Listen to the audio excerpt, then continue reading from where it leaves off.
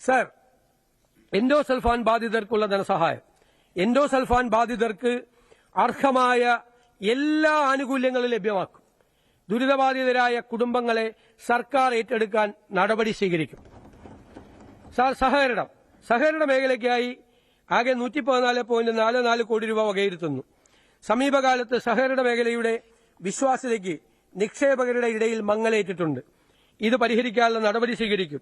സഹകരണ മേഖലകളിലെ സംഘങ്ങളിലെ നിക്ഷേപ തുക യഥാസമയം മടക്കി നൽകാൻ കഴിയുന്ന തരത്തിൽ നിക്ഷേപ ഗ്യാരണ്ടി സ്കീമിൽ ആവശ്യമായ മാറ്റങ്ങൾ വരുത്തി നിക്ഷേപകരുടെ വിശ്വാസം വീണ്ടെടുക്കുന്നതിനുള്ള നടപടികൾ സ്വീകരിക്കും. സപ്ലൈകോയുടെ നേതൃത്വത്തിൽ നടത്താൻ ഉദ്ദേശിക്കുന്ന സപ്ലൈ ചെയിൻ മാനേജ്മെന്റിലും വൈദ്യുതി വകുപ്പിന്റെ നേതൃത്വത്തിൽ നടത്തുന്ന പുനരുപയോഗ ഊർജ്ജ പദ്ധതികളിലും സഹകരണ മേഖലയെ കൂടി പങ്കാളിയാക്കുന്നതാണ്.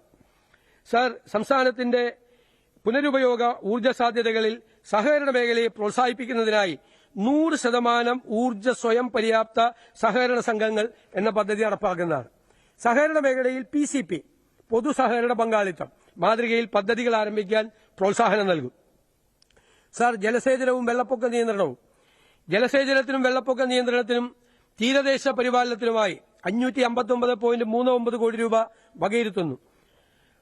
സർ, ഇത് വൻകിട ഇടത്തരം ജലസേചനത്തിനായി 213.39 കോടി രൂപയും ചെറുകിട ജലസേചനത്തിനായി 176.27 കോടി രൂപയും കമാൻഡ് ഏരിയ വികസനത്തിനായി 1.50 കോടി രൂപയും വെള്ളപ്പൊക്ക നിയന്ത്രണത്തിനും തീരദേശ സംരക്ഷണത്തിനുമായി 168.23 കോടി രൂപയും ഉൾപ്പെടുന്നു.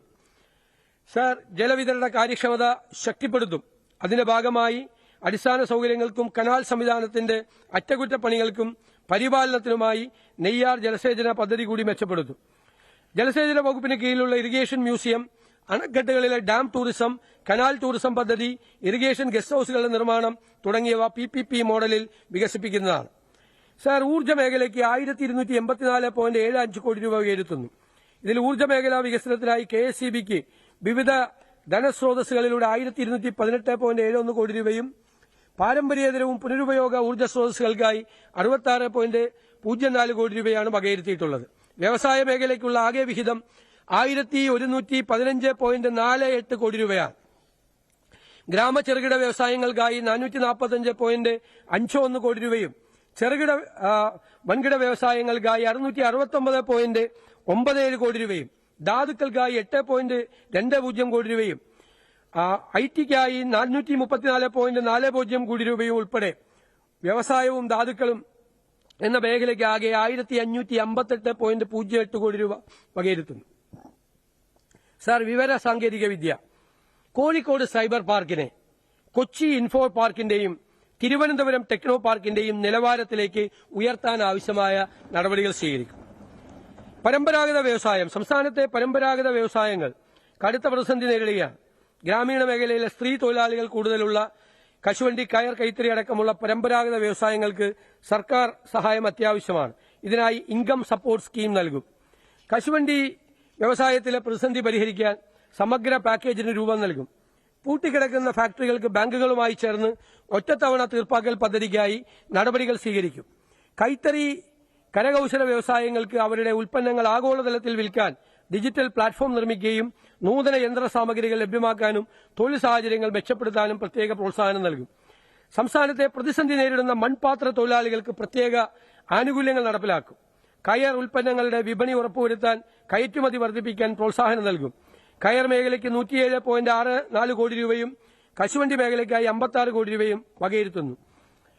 വിപണി സഹായമായി 50% കയർ ഉൽപ്പന്നങ്ങൾക്ക് സംസ്ഥാനത്തിന്റെ തുല്യവിഹിതം 10 കോടി വിലയിരുത്തുന്നു. കയർ ഉൽപ്പന്നങ്ങൾ ഉൽപാദനം, വിപണനം, കയറ്റുമതി എന്നിവ പ്രോത്സാഹിപ്പിക്കുന്ന സഹായം നൽകുന്നതിനുള്ള പദ്ധതിക്കായി 11 കോടി വകയിരുത്തുന്നു. വില സ്ഥിരതാ ഫണ്ടായി 35 കോടി വകയിരുത്തുന്നു. Sir, incubation centre. പുതുതലമുറ സംരംഭകർക്ക് അവരുടെ നൂതന ആശയങ്ങളെ പ്രായോഗിക ബിസിനസ് നിർദ്ദേശങ്ങളാക്കി മാറ്റുന്നതിന് സഹായകമാകുന്ന ഇടമാണ് ഇൻക്യുബേഷൻ സെന്റർ. വളർന്നുവരുന്ന സംരംഭകർക്ക് ഏറ്റവും നഷ്ടസാധ്യത കുറഞ്ഞ ബിസിനസ് സംരംഭങ്ങൾ ആരംഭിക്കുന്നതിനുള്ള സാഹചര്യമൊരുക്കിയാണ് ഇൻക്യുബേഷൻ സെന്ററിന്റെ പ്രാഥമിക ഉദ്ദേശം. സ്റ്റാർട്ടപ്പുകൾക്കും വ്യക്തിഗത സംരംഭകർക്കും ബിസിനസ് സംരംഭങ്ങൾ വികസിപ്പിക്കുന്നതിന് ആയി മാനേജ്മെന്റ് പരിശീലനം, ഓഫീസ് സൌകര്യം, പ്രാഥമിക മൂലധന സഹായം എന്നിവ ലഭ്യമാക്കും. ഇതിന്റെ പ്രവർത്തനങ്ങൾക്കായി 10 കോടി രൂപ വകയിരുത്തുന്നു. ഗതാഗതത്തിന് തുറമുഖങ്ങൾ, ലൈറ്റ് ഹൌസസ് ആൻഡ് ഷിപ്പിംഗ് എന്നിവയുടെ വികസനത്തിന് 77.17 കോടി രൂപയും റോഡുകൾ, പാലങ്ങൾ എന്നിവയ്ക്ക് 985.77 കോടി രൂപയും റോഡ് ഗതാഗത സൌകര്യം മെച്ചപ്പെടുത്തുന്നതിന് 179.47 കോടി രൂപയും ഉൾനാടൻ ജലഗതാഗതം മെച്ചപ്പെടുത്തുന്നതിന് 113.59 കോടി രൂപയും മറ്റ് ഗതാഗത സേവനങ്ങൾക്ക് 222.83 കോടി രൂപയും ഉൾപ്പെടെ ഗതാഗത മേഖലയ്ക്ക് ആകെ 1578.83 കോടി രൂപ വകയിരുത്തുന്നു. തീരദേശ ജലഗതാഗതം മെച്ചപ്പെടുത്തും. അതിനായി വെള്ളത്തിന് മുകളിൽ ഉയർന്ന് സഞ്ചരിക്കുന്ന ഹൈഡ്രോഫോയിൽ ജലഗതാഗത സംവിധാനം സംസ്ഥാനത്ത് നടപ്പിലാക്കും. സർ, സംസ്ഥാനത്ത് വർദ്ധിച്ചുവരുന്ന റോഡ് അപകടങ്ങൾ കുറയ്ക്കാൻ പ്രത്യേക പദ്ധതിക്ക് രൂപം നൽകും. മോട്ടോർ വാഹന വകുപ്പിന്റെ സേവനങ്ങളുടെ സമയബന്ധിതമായ തീർപ്പാക്കലിന് ശക്തമായ IT അടിസ്ഥാന സൌകര്യങ്ങളും വിശ്വസനീയ കമ്പ്യൂട്ടർ നെറ്റ്വർക്ക് കണക്ടിവിറ്റിയും അത്യാവശ്യമാണ്. അതിനാൽ വകുപ്പിലെ ICT അടിസ്ഥാന സൌകര്യങ്ങൾ, നെറ്റ്വർക്കിംഗ് സംവിധാനങ്ങൾ എന്നിവയ്ക്ക് നവീകരിക്കുന്നതിന് 20 കോടി രൂപ വകയിരുത്തുന്നു. നികുതി വെട്ടിപ്പ് തടയുന്നതിന് പ്രത്യേക tax intelligence and investigation wing രൂപീകരിക്കും. വിനോദസഞ്ചാര മേഖലയ്ക്ക് 325.36 കോടി രൂപ വകയിരുത്തുന്നു. കേരളത്തിൽ ടൂറിസത്തെ മുൻഗണനാ മേഖലയായി മാറ്റാനുള്ള നടപടികൾ സ്വീകരിക്കും. വ്യവസായങ്ങൾക്ക് നൽകുന്ന എല്ലാ ആനുകൂല്യങ്ങളും ടൂറിസം മേഖലയ്ക്കും ലഭ്യമാക്കാൻ ടൂറിസത്തെ വ്യവസായമായി പ്രഖ്യാപിക്കാൻ നടപടികൾ സ്വീകരിക്കും. തോട്ടം മേഖലയിൽ കൂടുതൽ സ്ഥലം ടൂറിസത്തിനായി ഉപയോഗിക്കാവുന്ന രീതിയിൽ ആവശ്യമായ നിയമ ഭേദഗതി കൊണ്ടുവരും. ആലപ്പുഴ ജില്ലയിൽ UPA സർക്കാരിന്റെ കാലത്ത് കേന്ദ്ര സഹായത്തോടെ നടപ്പിലാക്കിയ മെഗാ ടൂറിസം സർക്യൂട്ട് പദ്ധതിയിൽ ഉൾപ്പെടുത്തി നിർമ്മിച്ച ടൂറിസം അമ്യൂണിറ്റി സെന്ററുകളും ഹൌസ് ബോട്ട് ടെർമിനലുകളും പരിഷ്കരിച്ച് ഉപയോഗപ്പെടുത്തും. ആലപ്പുഴയിൽ ഹൌസ് ബോട്ട് മാലിന്യം ഉൾപ്പെടെ സംസ്കരിക്കുന്നതിന് മാലിന്യ സംസ്കരണ പ്ലാന്റ് നിർമ്മിക്കും. അർത്തുങ്കൽ ബസലിക്ക, അമ്പലപ്പുഴ ക്ഷേത്രം, കാക്കളം പള്ളി, മണ്ണാർശാല, കൃഷ്ണപുരം കൊട്ടാരം, മാതാമൃതാനന്ദമയി മഠം, ഓച്ചിറ ക്ഷേത്രം തുടങ്ങിയ തീർത്ഥാടന കേന്ദ്രങ്ങളെ ബന്ധപ്പെടുത്തി തീർത്ഥാടന ടൂറിസം സർക്യൂട്ട് പദ്ധതി നടപ്പിലാക്കും. പാതിരാമണൽ ദ്വീപ് ഇക്കോ ടൂറിസം കേന്ദ്രം, അതിന് മാസ്റ്റർ പ്ലാനോട് കൂടിയ പദ്ധതി നടപ്പാക്കും. മുഹമ്മ ജെട്ടിയിൽ നിന്ന് ദ്വീപിലേക്ക് സഞ്ചാരികൾക്ക് വേണ്ടി റോപ്പ് വേ സൌകര്യം ഏർപ്പെടുത്തും.